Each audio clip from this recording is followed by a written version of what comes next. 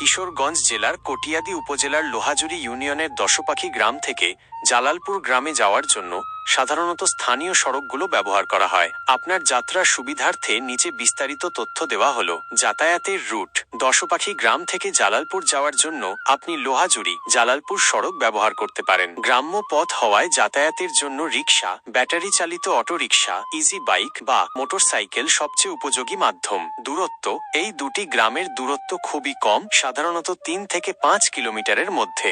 সময়: অটোরিকশা বা মোটরসাইকেলে যেতে আনুমানিক 10 থেকে 20 মিনিট সময় লাগতে পারে। পরিবহনের মাধ্যম ও ভাড়া: 1 অটোরিকশা, ইজি বাইক স্থানীয় মোড় থেকে শেয়ারে বা রিজার্ভ করে যেতে পারেন। শেয়ারে ভাড়া 10-20 টাকা হতে পারে এবং রিজার্ভ করলে 50-80 টাকার মতো লাগতে পারে।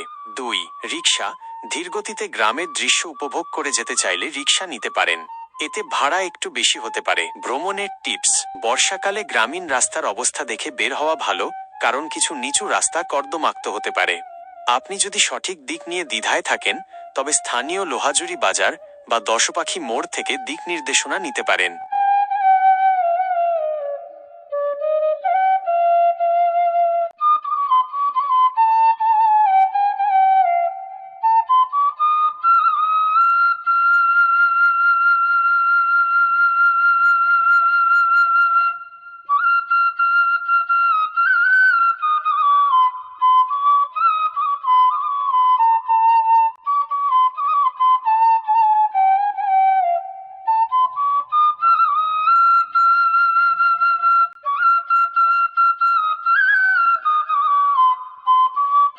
জিমিনির তথ্যে ভুল থাকতেই পারে, সবাই ক্ষমা সুন্দর দৃষ্টিতে দেখবেন।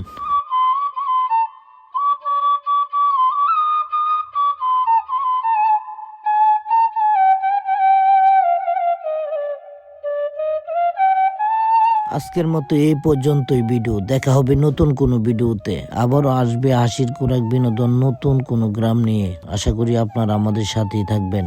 ভালো থাকুন, ভালো রাখুন। আশা করি ভিডিওটি শেয়ার করে দেবেন। আল্লাহ হাফেজ।